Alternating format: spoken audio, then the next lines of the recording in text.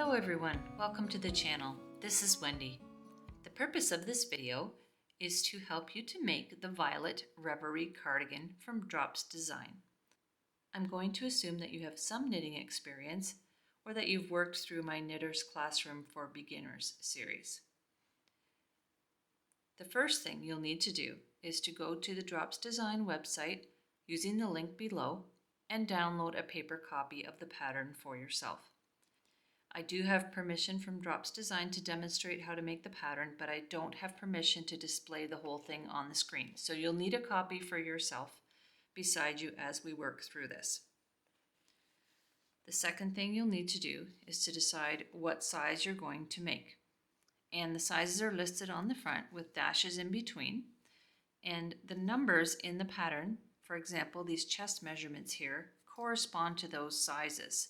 So the 88 centimeters or 34 5/8 inches refers to the chest measurement for the extra small. When there are stitch counts in the pattern separated by dashes, those also correspond to the sizes. You will need the US terms version of the pattern. And the nice thing is you can set it to circle all of the ones that you're making. So for example, if you're making the large, like I am, you can hit the button and it will circle all the numbers that correspond with that size. So that really helps to keep track. It's a nice feature. The next thing you'll need to do is figure out what yarn you're going to use. It says here that it's a yarn group A+A or C. Drops Design divides all their yarns into groups according to the weight of the yarn. So an A is a number 1 or fingering weight yarn, and C is a number 4 or worsted weight yarn. So you can use either 2 strands of fingering weight or 1 strand of worsted weight. The next thing you'll need to know is how much yarn you need. Now, I recommend that you use the Drops Kid Silk that they're calling for in the pattern, but if you decide to use a different fingering weight, like I am here, you need to pay attention to the yardage of the yarn. So where it says that, for example, a large needs 175 grams, it can be a little confusing because this Kid Silk is super lightweight yarn, meaning it's not heavy. So 175 grams is actually a lot of yardage. It's 1,610 yards of fingering weight yarn, and you're going to double it up. So I've got these 3 colors of turquoise here. I'm going to match each of them up with this natural or cream color and use them together like so. I'm going to start with the lightest color and then work my way up to the darker color and see how far it goes. But I have about 1,800 yards of yarn here. So you need to figure out the yardage of the yarn that it calls for and make sure that you have enough before you begin. The pattern also talks about the buttons that you need and the needles. So you'll need a short and a long 4mm and 5mm circular needle and a set of double pointed needles, or you could use a magic loop or 2 circulars, and that last one is my preference. I'll show you how I do that when we get there.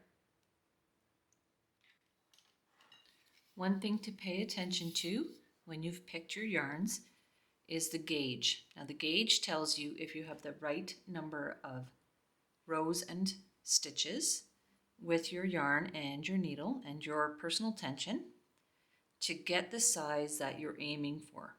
So if your gauge is not correct, for example, if your stitches are a little too big, you're going to end up with a larger sweater than what the pattern calls for. Same thing in reverse if your stitches are a little smaller. So make up a gauge swatch in your chosen yarn or your 2 chosen yarns if you're using 2 fingering weights, and pin it to a board like this without stretching it too much, and then measure and count how many rows and how many stitches you have in 10 centimeters or 4 inches, and compare it to the number on the pattern to make sure that you're getting the right number of stitches so that you will get a good result. pattern starts off with some general explanations on what they mean by garter stitch, a decrease tip, how to do buttonholes, and how to do garter stitch when working in the round, and increase. You should read all of those instructions first, and we'll come back to each of them as they come up in the pattern. Then we come to the part that says start the piece here. It gives you a short overview of the jacket, and it says to work the piece back and forth on the needle from the bottom up. Body. So we're going to cast on using a long tail cast on the number of stitches that it calls for. So for the large size that I'm doing, it's 225 stitches. I've done that here already. Then you're going to work the ribbing, but there's a button band that runs up the center front on either side. So you're going to work the 5 band stitches in garter stitch. So the first 5 stitches in each row are always knitted, and that's the case on either end. So you'll end up with garter ridges on either side, and that'll be the button band. In between, you'll work knit 1, purl 1, ribbing. Okay, so each row starts with 5 knit stitches, then knit the knits and purl the purls. And when you're working back and forth on a circular needle, you just pick up the other end of the same needle and work the piece back and forth, just like you would with straight needles, but the middle part of the sweater just hangs off of the cable.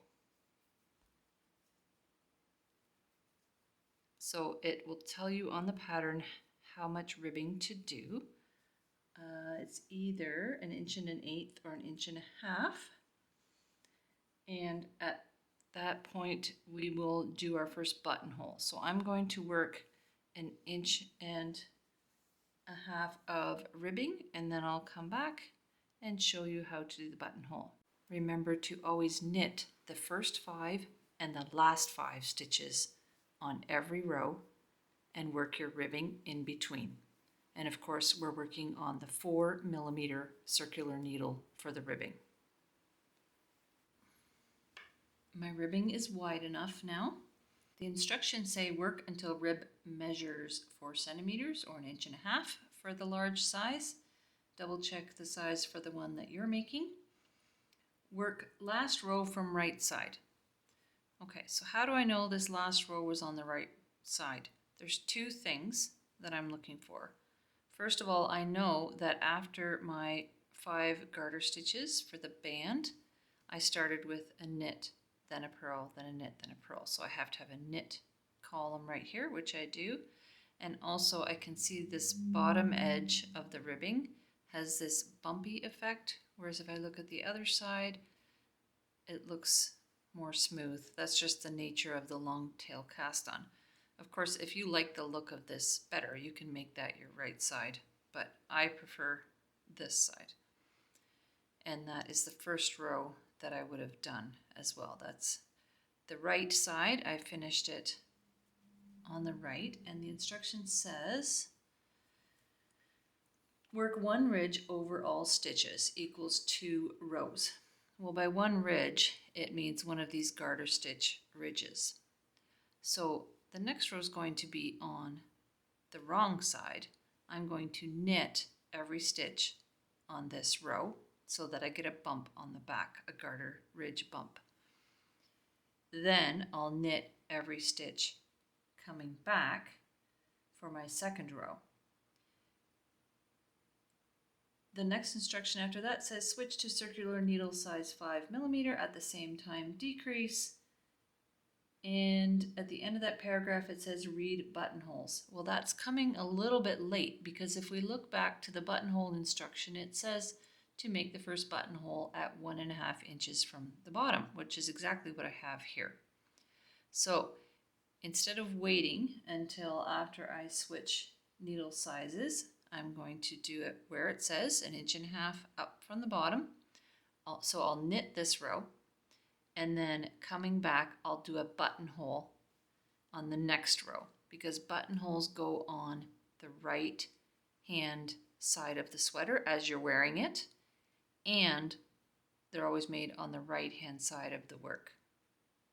Okay, so I hope that makes sense. To make the ridge, I'm going to do one row of knit, and then when I do the next row, I'll do a buttonhole and finish that row in knit. So knit this next row all the way across.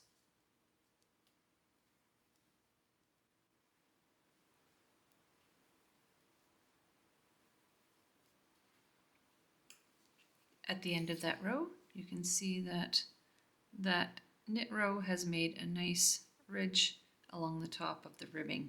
It's a nice decorative touch. Okay, this is the second row of the ridge, which is also knit. And like I said, we're going to make a buttonhole. So if you look back to the explanation for the buttonholes, it tells you on the right side, knit the third and fourth stitch from the edge mid-front together, make one yarn over, and then continue. Here's what that looks like. So knit the first 2 stitches, then knit the third and fourth stitches together by picking them both up at the same time, then yarn over and continue across. Knit the rest of the way across. So that yarn over, when we come back and knit it just as normal, is going to leave a bit of a hole for the button.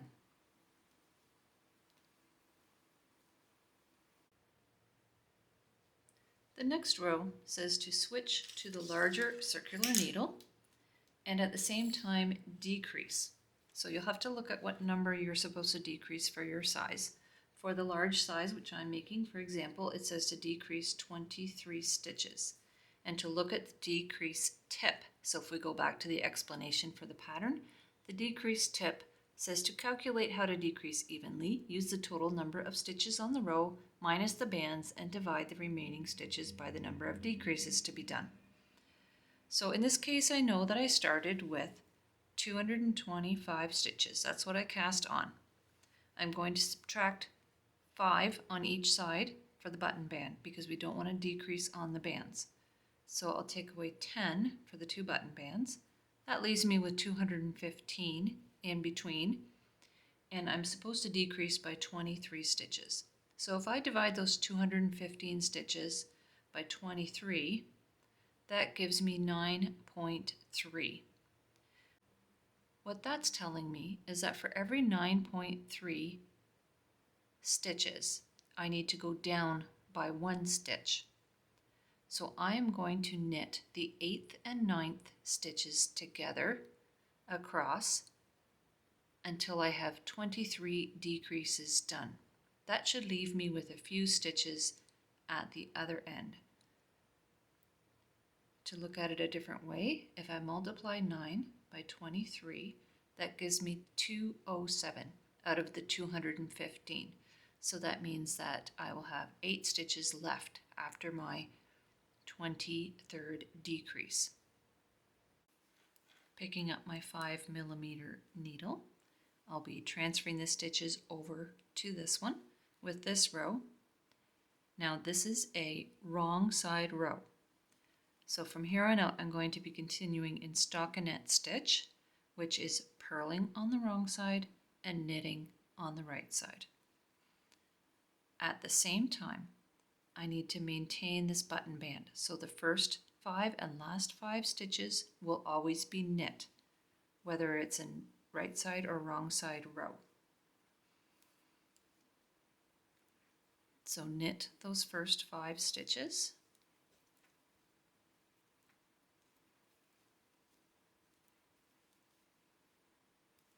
Then purl 7.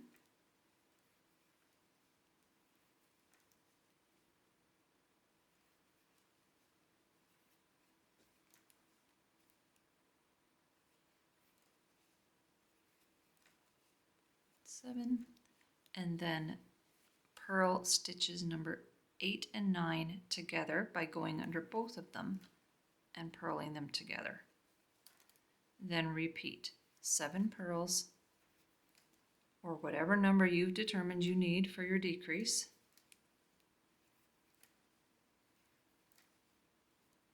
Then purl 2 together. Continue like that across, repeating that decrease sequence. At the other end of the row, check your count and make sure it matches what's on the pattern. So I need 202 stitches at the end of this row. At the other end of the row, knit across the last 5 stitches, including that yarn over, to finish off the buttonhole. The next instruction in the pattern is to insert a marker thread so many stitches in from each side. For the large, it's 57 stitches in from each side, and it also tells you how many you should have left over in the middle. So you can take a marker thread or a marker like this, a stitch marker, count in 57, put your marker, and the same thing on the other side. And as you're working your way up, you'll just move that marker every time until you reach the length that it says on the pattern. For the large, it's 12.5 inches, and at that point we start the decrease for the neckline and then the armholes. So continue on in stockinette stitch, remembering to add your buttonholes in the band when you come to the right length for them. So I'll add the next buttonhole when I get to 5 1/8 inch from the start, then 8 3/4, and then 12 1/4. But it's different for each size, so double check the one that you're making. And just continue on in stockinette with your button bands. I hope that you're enjoying this pattern and that this explanation is making it easier for you to follow along with the written instructions. I've reached the length called for in the pattern. There's my last buttonhole there. And I'm on the bottom of the page, the section under Start the Piece here, the bottom of that page. And it says, when piece measures 12.5 inches for this size, begin the decrease for the V-neck, and at the same time, when it measures 13 3/4 inches for the large, check your size, bind off for armholes, read the sections below before continuing. The sections below give us the directions for doing the V-neck and the armhole. So V-neck, read decrease tip 2 and decrease for V-neck inside the band on every approximately 1 centimeter or 3/8 inches, decrease a certain number of times in total, so 12 to 15 depending on your size. Okay, so if we go back to the beginning with all the tips, decrease tip 2 says decrease as follows after band, work band as before, slip 1 stitch knitwise, knit 1, pass slipped stitch over the stitch worked for 1 stitch decrease, decrease before band, so at the end of the row, work until 7 stitches remain, knit 2 together and worked band as before. Okay, so to get the start of the angle for the front of the sweater,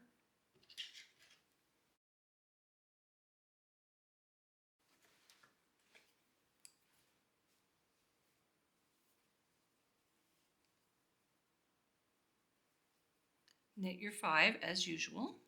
We're going to continue with the band alongside the upper part of the front.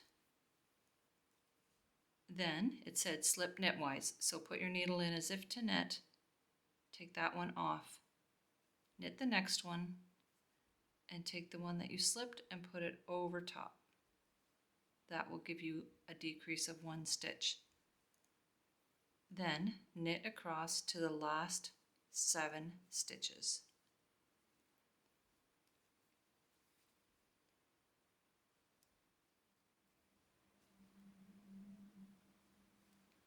When you get to the last 7 stitches, knit the last 2 before the band together, and then knit your 5 band stitches.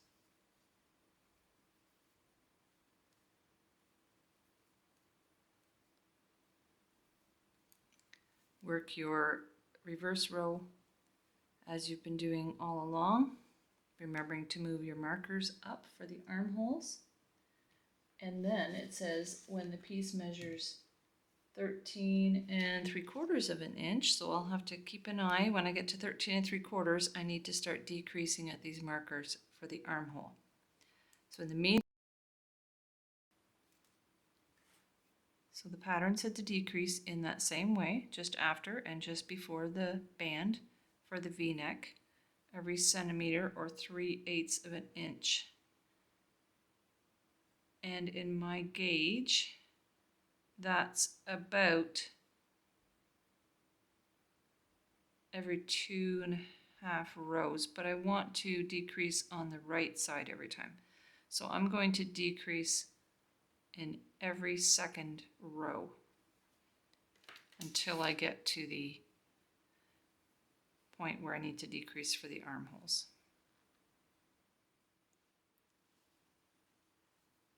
I've reached the point in the pattern where I've got the length to divide for the armholes. So I've decreased and returned 3 times so far for the V-neck, and I'm going to decrease on this next row as well, but I also need to follow the instructions for decreasing for the armhole. So work your 5 stitches as usual.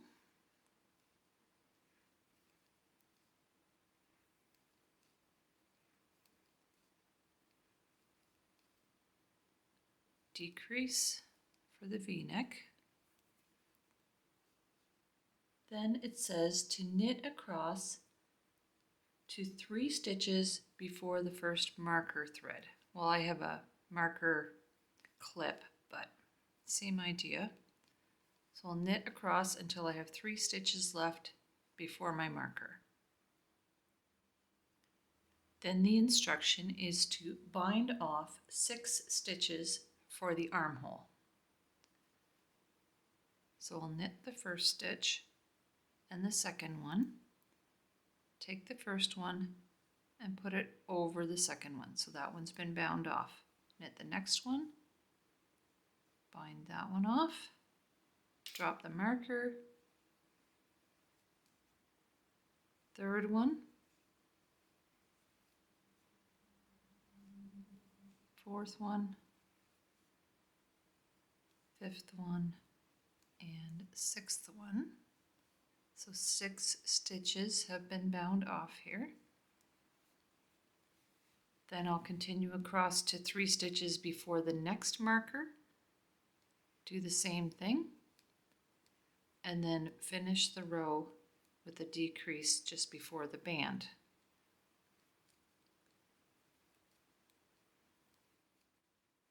What you'll have at the end of that row is your sweater divided into 3 sections with 2 openings for the armholes.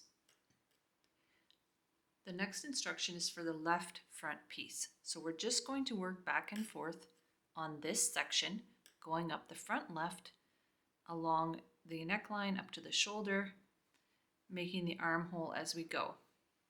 Then we'll come back and do the right front of the sweater, and finally the piece that's in between for the back. Okay, so we're going to work back and forth on just this section here up to the armhole. The instruction says left front piece, work first row from the wrong side. Continue the decrease for the V-neck as before, while at the same time decreasing for the armhole at the beginning of every row from the right side. So we're going to work across on the wrong side, and when we come back on the right side, we'll decrease for the armhole on the right side. I'm going to show you the pattern here, this little piece of it, because it can seem like gobbledygook if you're not used to reading a pattern. So when it's saying to decrease for the armhole at the beginning of every right side row as follows, bind off 3 stitches 0, 0, 0, 1, 1, 1 time. So if you have an extra small, small, or medium, you won't do this instruction.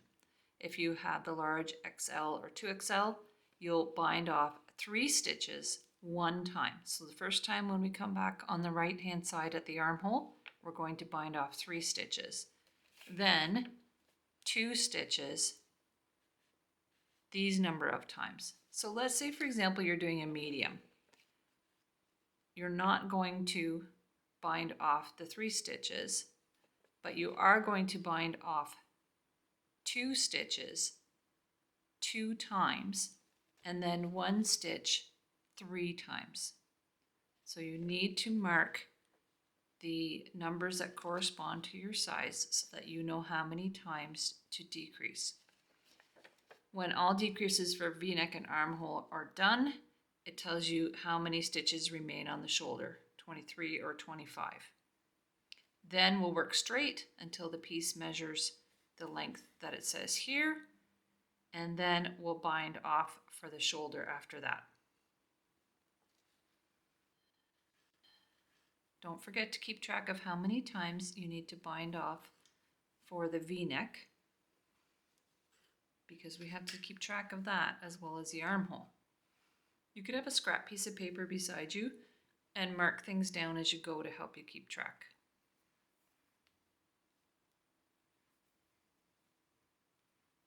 I'm going to do a backside row here and then come back when it's time to decrease at the armhole. When you get to the stitches that you dropped for the armhole, I'm going to turn around and work back. And as I showed you on the instruction, it says to bind off, for my size anyway, 3 stitches 1 time. So knit the first 2, put the first one over the second one, that's the first decrease or first bind off, 2 and 3. If you're doing the other sizes, just follow the instructions for that one. Then finish this row as before, remembering to do the V-neck decrease if you need one on this row as well. Then just work back and forth on this piece, decreasing at the neckline and at the armhole according to the instructions. Come back when you have the 23 or 25 stitches that you should have when all of the decreases are done. When your left front is finished, it should look like this.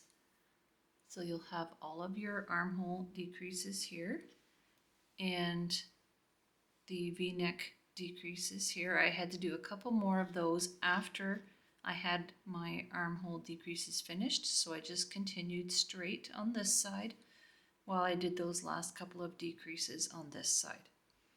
My overall length is still about 1.5 inches short of where I need to be for the overall length of the sweater. So I'm going to just continue even for another 1.5 inches. Then on a right side row, I'll bind off for the shoulder the number of stitches it says on the pattern, which is 18. So I'll bind off these 18. And that's what that looks like when I've reached the right length and bound off those 18 stitches. Then the pattern does something kind of unique. It says to continue on the button band for another, well, for a large 3 1/8 inches. I've never seen that in a pattern before.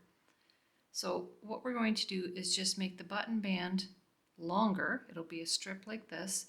And then later on, when we put the sweater together, that strip will wrap around the back of the neck and we'll sew it down at the back of the neck. So that is how the left front should look when it's finished. Then I'll go to the other side of the sweater, the right hand side, and I'll need to put the center stitches on a stitch holder because it says when you start the right hand or the right front piece, you need to be working on the wrong side for your first row. So I'll put these middle ones on a stitch holder. Then I'll start on this side with my decreases at the armhole and at the neck side the same as the left front. The difference for the right is your decreases will be done from the purl side. So do it exactly the same, except for your decreases are done as you're coming back on this side because we're working from the inside.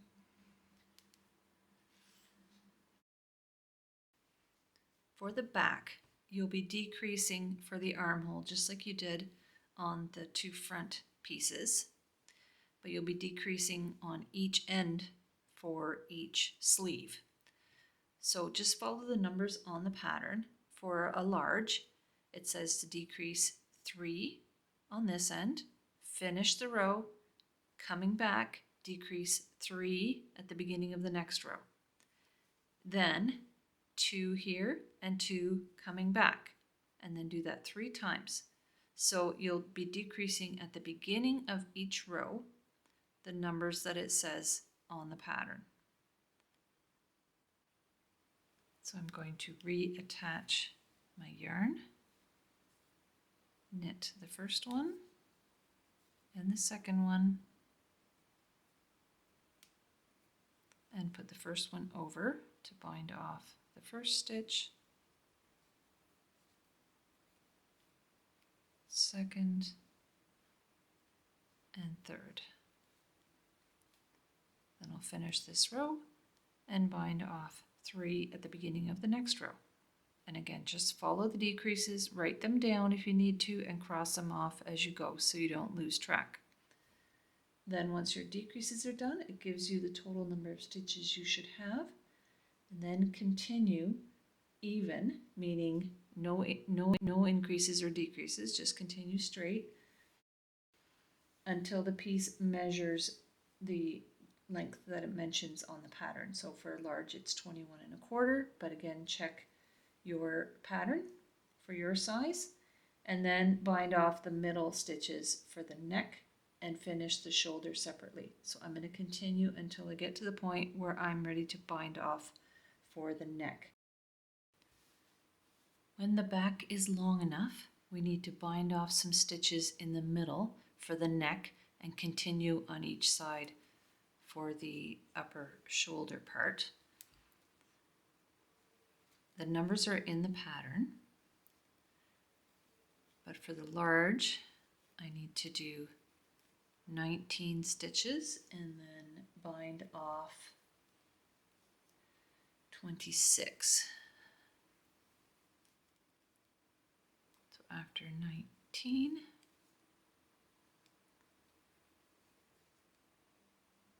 I'll bind off 26, and that should leave me with 19 on the other side.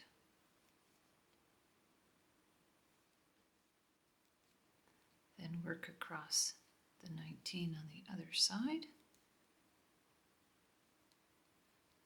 For the 2XL, it will be 21 on each side, but for all the other sizes, it will be 19. And then the numbers of bound off stitches in the middle vary according to the size that you're making, but they're in the pattern. The next instruction says on next row from neck, bind off 1 stitch for neck. So I'm going to work the 2 shoulders separately. On this first row, I will bind off 1 stitch at the neck edge here, and that will leave me with 18 purl stitches. And to bind off 1 stitch at the neck edge, I'll simply purl the last 2 stitches together. Okay, so purl those 2 together next to the neck. Then it says bind off when the piece measures 22 inches for the large, and the sizes again for the others will be different, but it will match whatever the length was for the front. And that's just a few more rows. So I'll do a few more rows, then measure, and then bind off the rest of these stitches, the last 18 here. Then I'll switch over to the other shoulder, which is still on the other part of my needle here, and do the same thing. Bind off one at the neck edge, then do a few more rows until it gets to the right measurement, and then bind off. Now that the body of the sweater is complete, we're ready to move on to the sleeves. I've got one finished here to show you. And the way the sleeve is constructed is we work round and round on the bottom part until we get to the point where it divides for the sleeve cap. Then we work back and forth to finish off the top of the sleeve. So you'll need to check the pattern for the number of stitches you need to cast on and for the length of this portion of the sleeve up to the armhole. You could add more length right in here if you wanted a longer sleeve, and I think I'll do that actually with mine because I find this sleeve is a little shorter than I want it to be. But this, look for the part of the pattern that says sleeves, and it will tell you the number to cast on for the bottom edge of your ribbing. Then we're going to join and work in the round. But if I were to join here and continue around, I would end up with the smooth side of the cast on the outside of the sleeve. And on the body of the sweater, I had that on the inside of the ribbing. So if I want it to look like this with the bumpy side on the outside, I actually need to do one row before joining. So I'm going to knit one, purl one for one row, and then I'll join the two ends together by splitting half of the stitches over each of two circular needles. Then I can just use my tail to stitch the bottom edge together. So knit one, purl one for the first row with the smaller needles. One advantage of doing one row before joining into a round is it's easier to join without accidentally getting your stitches twisted and making a Mobius loop. So I've got half the stitches on each circular needle. You can do this on double pointed needles, of course, but I like to use two circulars. And what I do is I take one end of the front circular and I work on the other end of the same needle. So I'm going to continue in the round, working knit one, purl one, going round and round until I have the width that the pattern calls for. So after I finish this side, I'll flip around to the other needle and work onto the other end of the same needle. And that's how I go round and round with two circulars. When the ribbing is complete, the next instruction is to work one ridge in garter stitch. Now when we did the ridge of garter stitch at the bottom of the body of the sweater, I knit one from the wrong side and then from the right side to get this ridge. When you're working in the round, you have to purl from the right side. So I'm going to purl one round and then knit one round to get the garter ridge that I'm looking for. After your purl round and knit round, your cuff should look something like this. The instructions then say to switch to the larger needles, the 5mm needles, and decrease, in the case of a large, 8 stitches around. So just divide your total number of stitches by the number that you need to decrease and figure out how many you need between decreases. It's probably somewhere in the neighborhood of 6 or 7 or 8. And then decrease as you go around. So at the end of this round, you should have 6, 8, or 10 stitches less, depending on which size you're doing. The next instruction says insert one marker thread mid under sleeve. This is used when increasing stitches under sleeve, and move marker up when working. Now I'm not going to bother putting one in because I know that where I'm switching needles here is the midpoint of underneath the sleeve. But if you are using double pointed needles, it might be useful to put a marker in there. Next, it says to work in stockinette stitch in the round until the sleeve measures 1.5 or 2 inches. So that's only going to be a couple more rounds here. And then we'll increase stitches under the sleeve to get this angled section here under the arm. To increase under the arm, the pattern gives instructions to read the increase tip, which is in the notes near the beginning of the pattern.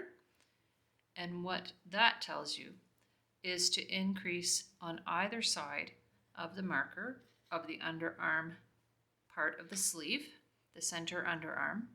We're going to increase after the first stitch in the round and before the last stitch. And to do that,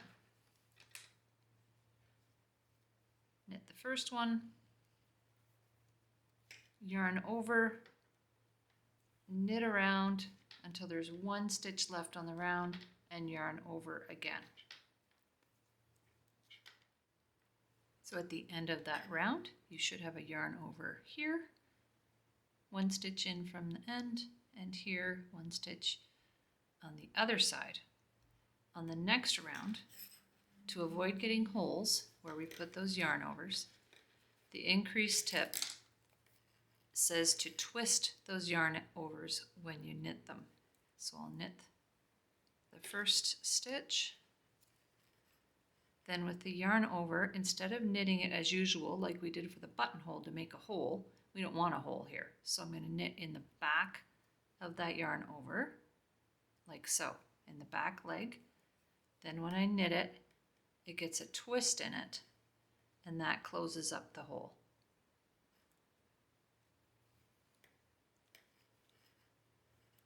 The next instruction is to increase 2 stitches, so in that same way, every 1/2 inch, 3/4, or 3/8 of an inch, depending on your size, for the number of times that it says in the pattern. So for example, with the large, I'll need to increase every 2 centimeters or 3/4 of an inch 2 times in total. And it gives you the total number of stitches you should have for your size once your increases are done. Then continue in stockinette stitch until the sleeve measures whatever size it says there under the instructions. You'll notice that for the smaller sizes, the sleeve is actually longer than for the larger sizes. But as I mentioned, I prefer a little bit of a longer sleeve, so I am going to, in that section, add a couple more inches to get a slightly longer sleeve. So you can customize it to your preference that way. So come back when we get to the part that says sleeve cap, and we'll go on from there. I'm happy with that length for the sleeve, so it's time for the sleeve cap. The instructions say on next round, bind off 6 stitches mid-under sleeve, but to avoid cutting the yarn at beginning, bind off 3 stitches before marker thread, bind off, and then work as before the rest of the row. Now the wording's a little funny. These patterns are translated, so it can be a little confusing. But what they're saying is, instead of binding off 3 stitches at the beginning of the row and at the end, I'm actually going to go back and undo the last stitches, the last 3 stitches before the underarm marker. And then I'm going to bind off 6. Take those 3, reorganize my needles here a little bit.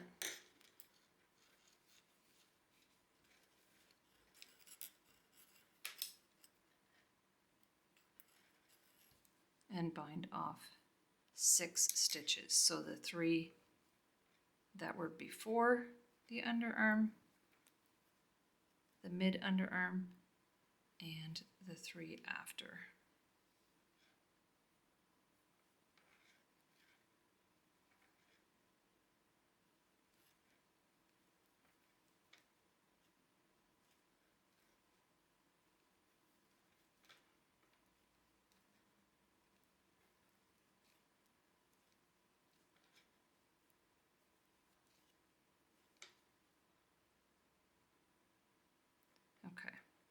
So that's 6 stitches bound off, 3 on either side of the center underarm of the sleeve.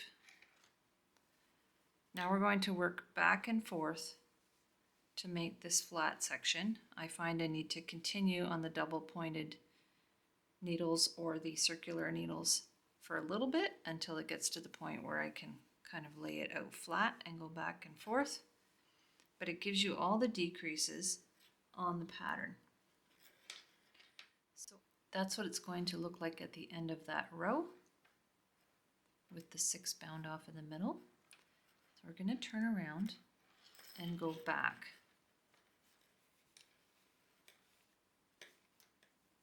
Following the decreased directions from the pattern. In each side, bind off at the beginning of row as follows. Bind off 2 stitches 3 times in each side, or look at the numbers for your size.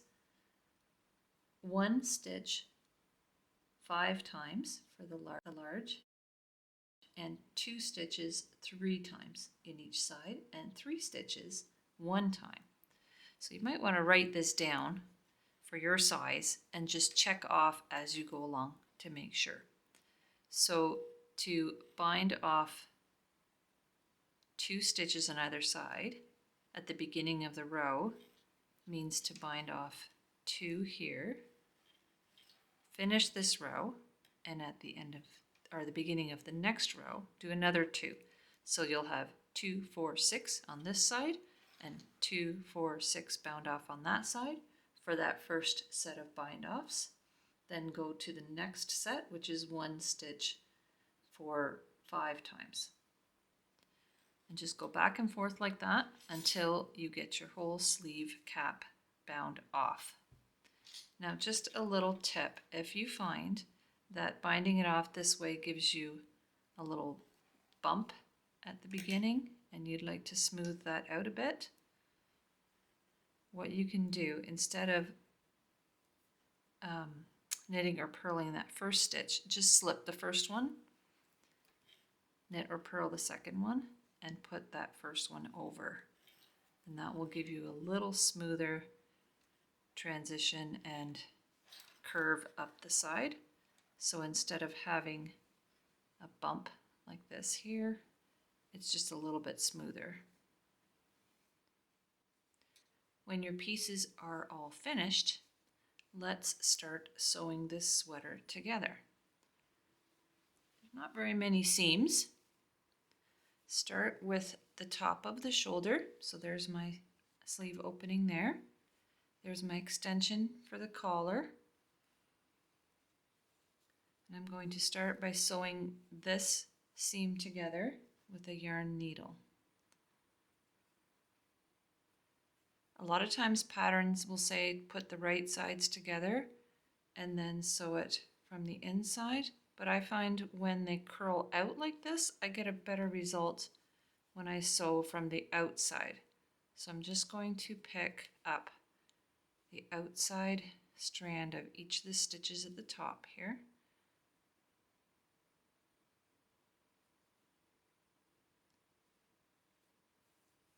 And going round and round, stitch them together.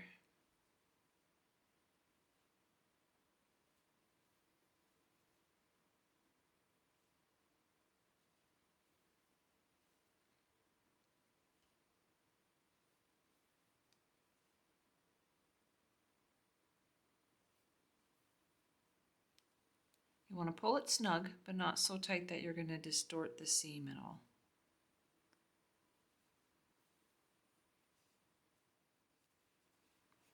So there's my shoulder seam all done.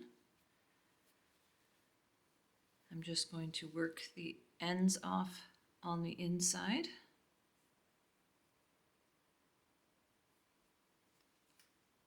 Make sure you anchor them quite well so that it doesn't come undone.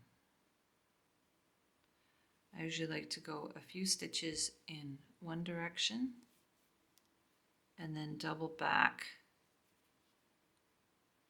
and go back the other way.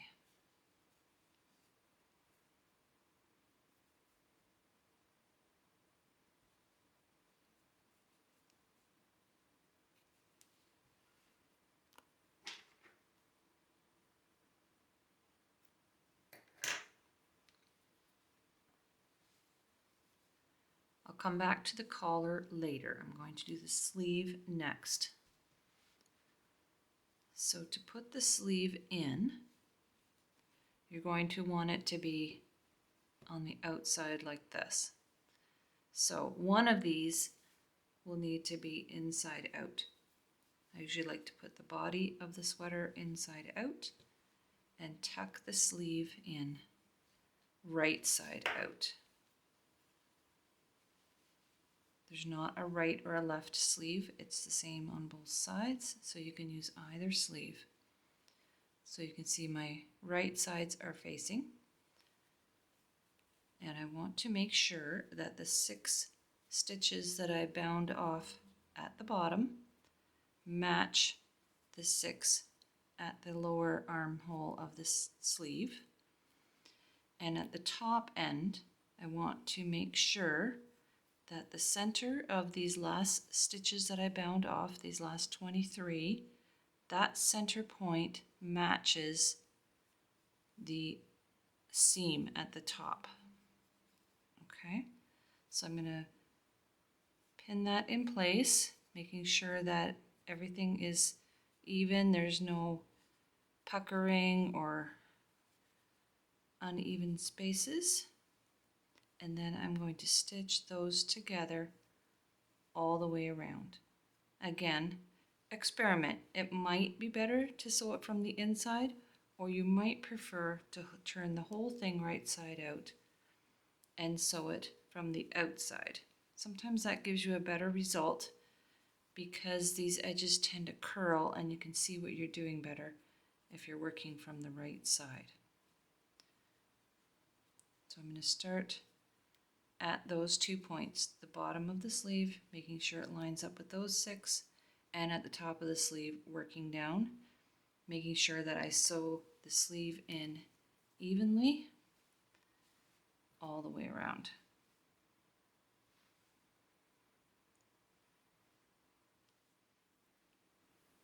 Here's a little tip for working threads off on the back of the work. So on the inside, look for where the threads go on an angle, or the stitches go on an angle, like so. Rather than going straight up and down, follow the line of the stitches as they go down the rows on an angle like that.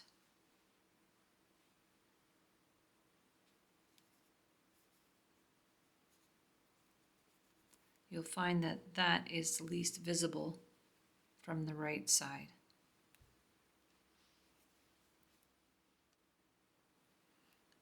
For the collar, find the middle point of the stitches that you cast off at the back of the neck, and that's where you're going to start sewing on that extension. And just sew the ends of the extension together.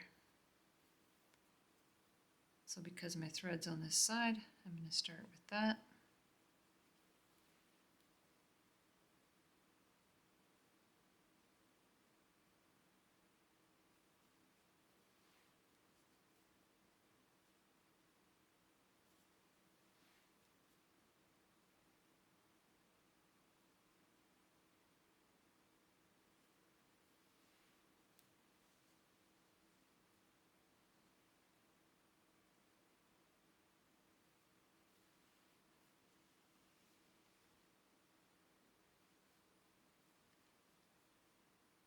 Then just fasten the collar down to the back of the neck and up this little piece on the side.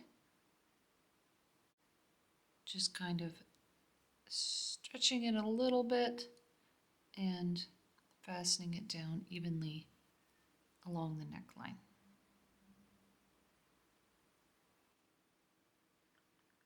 All that remains to do is to work in all of the loose ends, sew on the buttons, and block your sweater, getting it ready to wear. And blocking just means to settle all the fibers, making these kind of edges lay a little more flat.